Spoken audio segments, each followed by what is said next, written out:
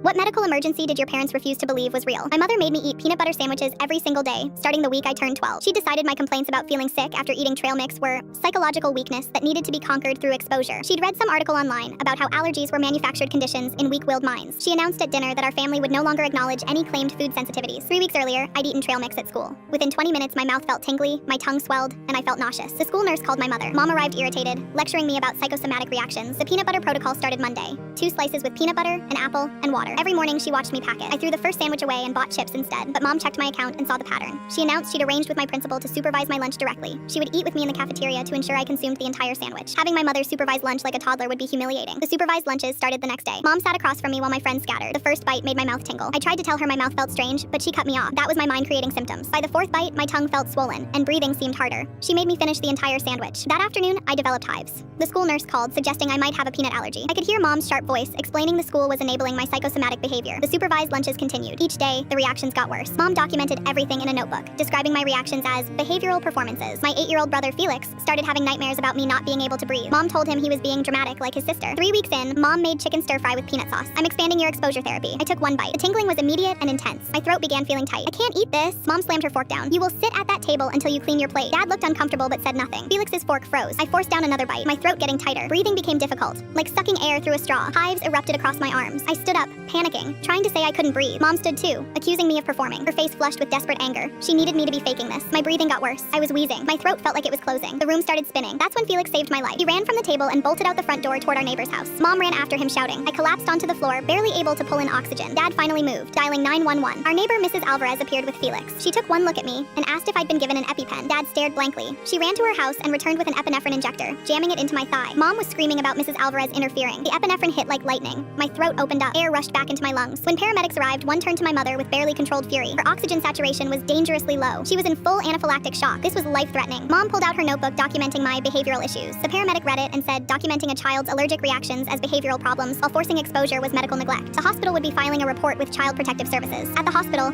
testing showed severe peanut and tree nut allergy. The allergist said continuing exposure after symptoms appeared had been incredibly dangerous. Tonight's reaction could have been fatal if Felix hadn't gotten help. CPS placed Felix and me in emergency protective custody. The investigation revealed Mom's notebook, her posts in online allergy denialism groups, and the school nurse's documentation of her refusals to seek medical evaluation. At her trial, Mom defended her belief that allergies were psychological. When the prosecutor asked if she understood her actions nearly killed me, Mom said if I died, it would have been from psychological weakness rather than peanuts. The jury deliberated less than 2 hours. Guilty. The judge sentenced her to 3 years in prison. You tortured your child while claiming to help. You ignored medical professionals. Your lack of remorse demonstrates you remain a danger. Felix and I stayed with our foster parents, who later adopted us. We survived because an 8-year-old ran for help when adults failed us.